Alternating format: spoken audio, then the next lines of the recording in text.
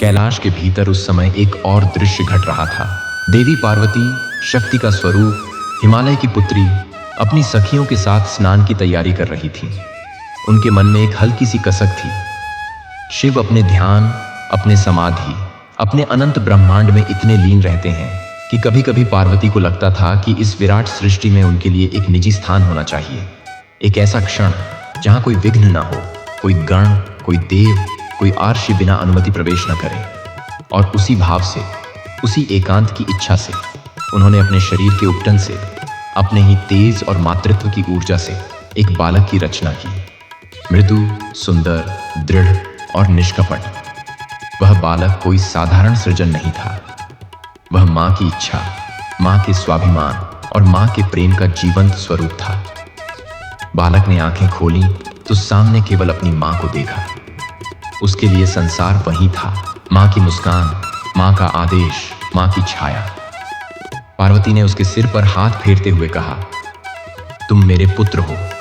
तुम्हारा नाम अभी नहीं रखा गया, पर तुम्हारा कर्तव्य आज से प्रारंभ होता है। जब तक मैं भीतर स्नान करूं, इस द्वार की रक्षा करना। किसी को भी अंदर प्रवेश न करने देना।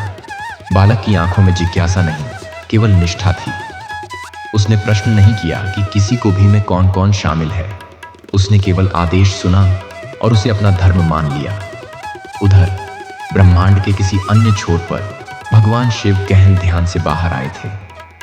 उनकी जटाओं में गंगा का प्रवाह शांत था, पर उनकी आंखों में अभी भी समाधि की अग्नि शेष थी।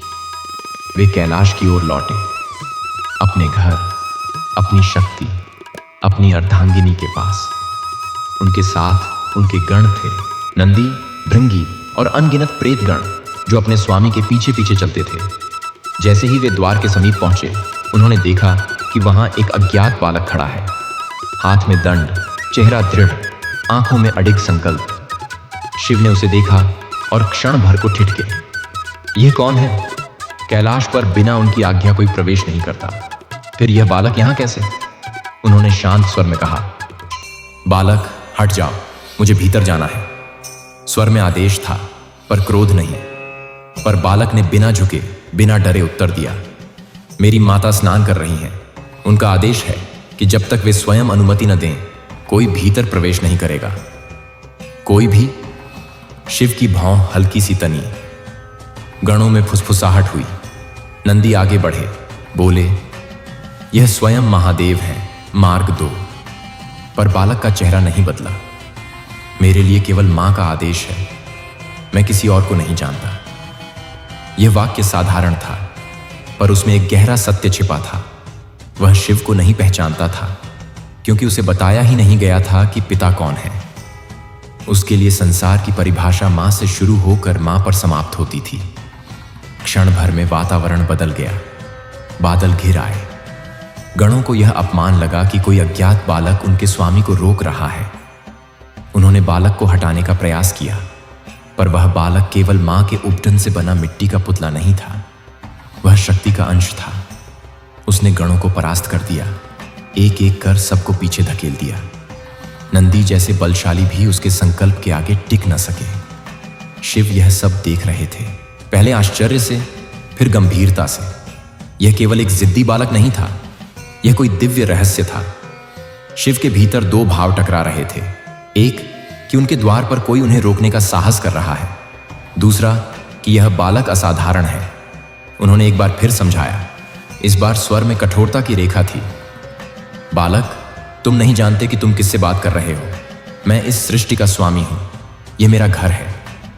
बालक ने उत्तर दिया, यह मेरी माता का कक्ष है, और जब तक उनका आदेश है, यह द्वार मेरा धर्म है। यह टकराव केवल शब्दों का नहीं था। यह धर्म और अधिकार, कर्तव्य और पहचान का टकराव था। गणों ने फिर आक्रमण किया, इस बार अधिक उग्रता से। बालक ने फिर उन्हें रोका।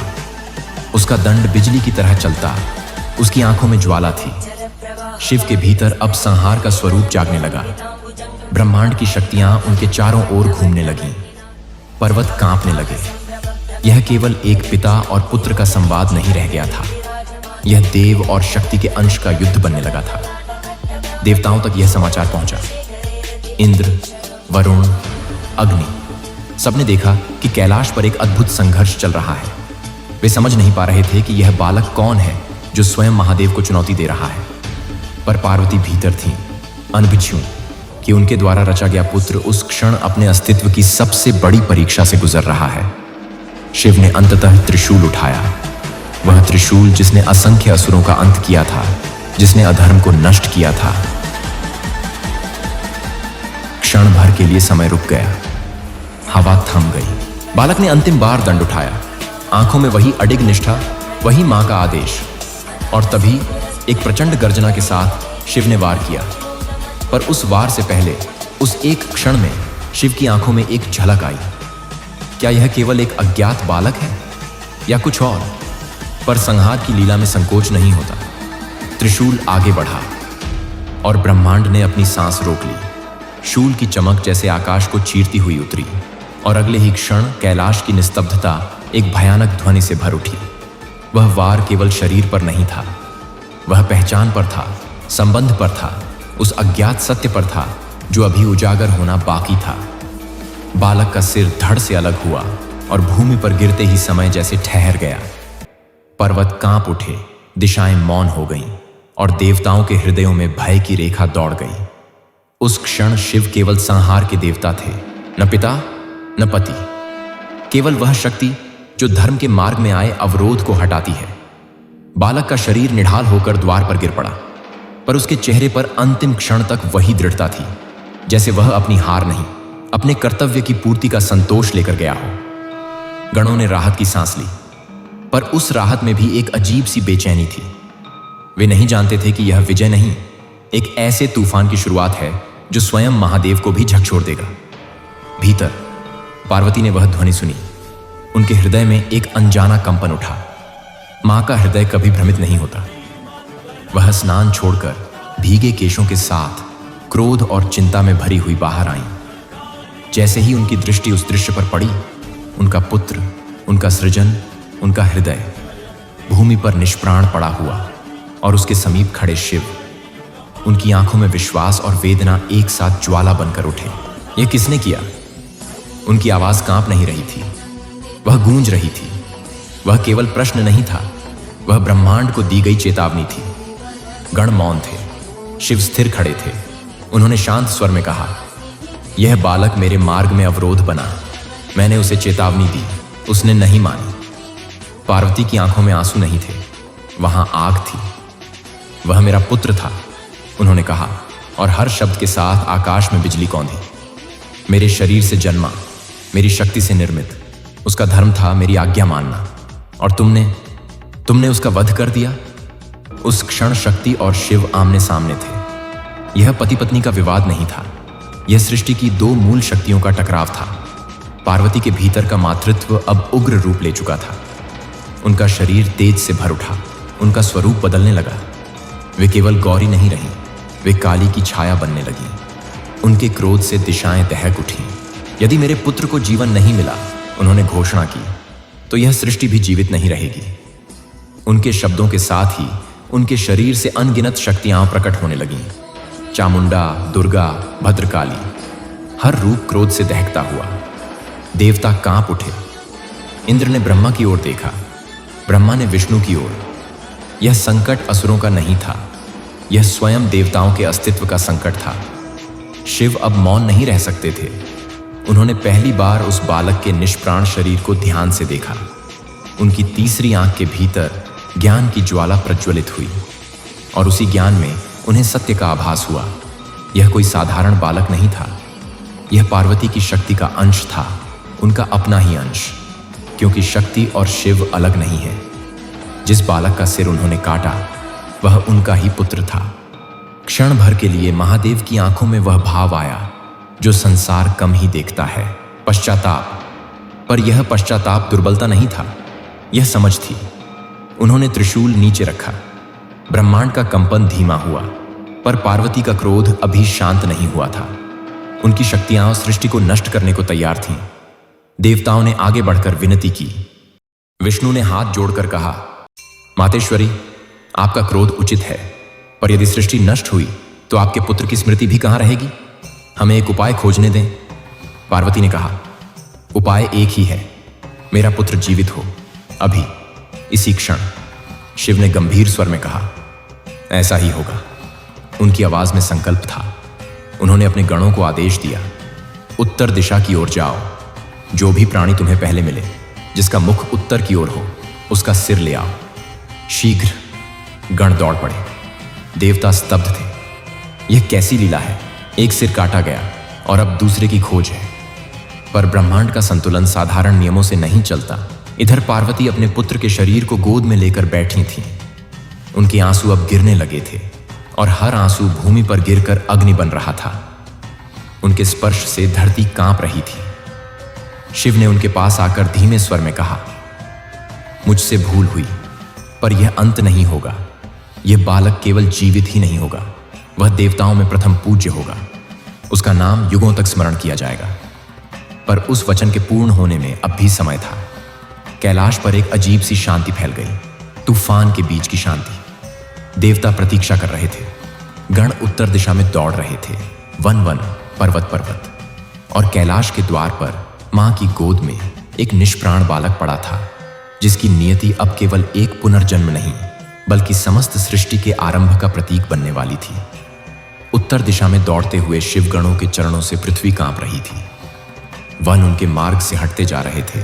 पशु पक्षी भय से छिप रहे थे और समय जैसे उनके साथ भाग रहा था, क्योंकि कैलाश पर एक मां की गोद में पड़ा निष्प्राण शरीर हर क्षण सृष्टि के अस्तित्व पर प्रश्न चिन्ह बना हुआ था।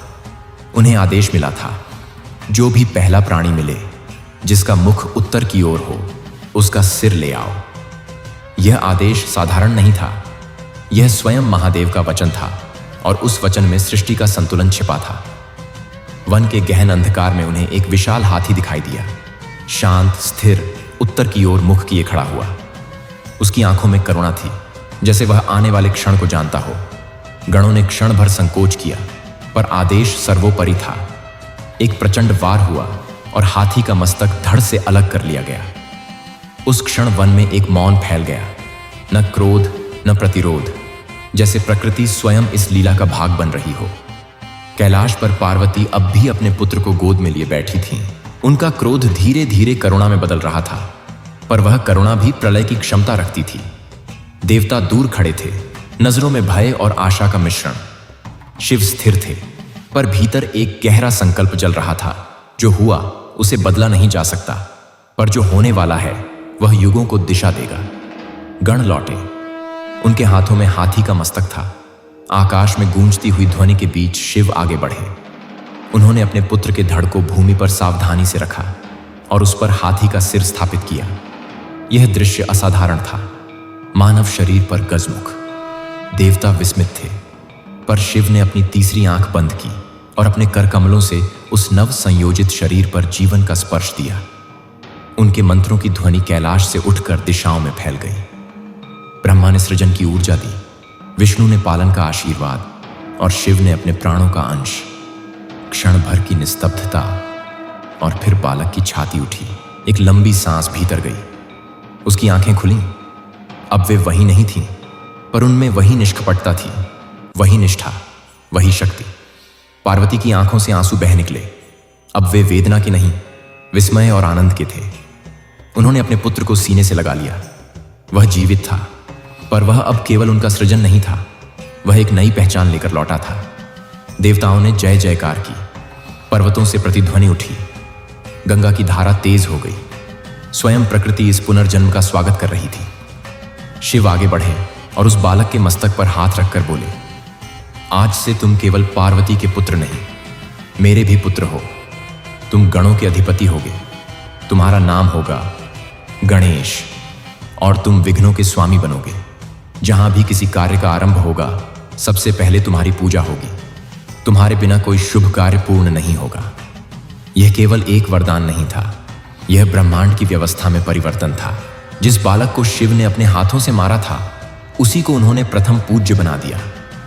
यह विरोधाभास नहीं, लीला थी। एक गहरा संदेश कि कभी कभी विनाश ही नवसृजन का मार्ग बनता है और कर्तव्य का कठोरतम निर्णय भी अंततः प्रेम में परिणत होता है। गणेश ने अपने पिता की ओर देखा। उनकी आंखों में प्रश्न नहीं था, केवल स्वीकृति थी। जैसे वह समझ गए हों कि यह सब किसी व्यक्तिगत क्रोध का परिणाम नहीं, बल्कि एक दिव्य योजना का हिस्सा था। पार्वती ने शिव की ओर देखा। उनकी आंखों में अब क्रोध नहीं था, केवल वह गहरी समझ थी जो केवल शक्ति को होती है। शिव और शक्ति एक दूसरे के बिना अधूरे हैं, और इस लीला ने उस सत्य को फिर से स्थापित किया। देवताओं ने पुष्प वर्षा की। ब्रह्मा ने घोषणा की कि गणेश बुद्धि और सिद्धि के दाता होंगे। विष्णु ने कहा कि वे हर संकट में मार्गदर्शक बनेंगे, और शिव ने अंत में कहा, जिसने मेरे मार्ग में खड़े होकर भी अपने धर्म से समझौता नहीं किया, वह संसार के हर मार्ग की शुरुआत में स्मरण किया जाएगा। उस दिन कैलाश पर केवल एक पुत्र का पुनर्जन्म नहीं हुआ। उस दिन संसार को यह समझ मिली कि कर्तव्य और प्रेम का संघर्ष अंततः संतुलन में ही समाप्त होता है। शिव ने अपने ही पुत्र का सिर क्यों काटा? क्योंकि उस क्षण वे केवल पिता नहीं थे, वे धर्म के रक्षक थे। और जब उन्हें सत्य का ज्ञान हुआ तो उन्होंने अपने ही हाथों से उस भूल को सृजन में बदल दिया। कैलाश की बर्फ फिर शांत हो गई, बादल छोंट गए, शिव अपने ध्यान में लौटे, पार्वती अपने पुत्र के साथ मुस्कुराई, और गणेश गजमुख, विशाल कान, मासूम आंखें, सृष्टि के प्रथम पूज्य देव बनकर स्थापित हो गए।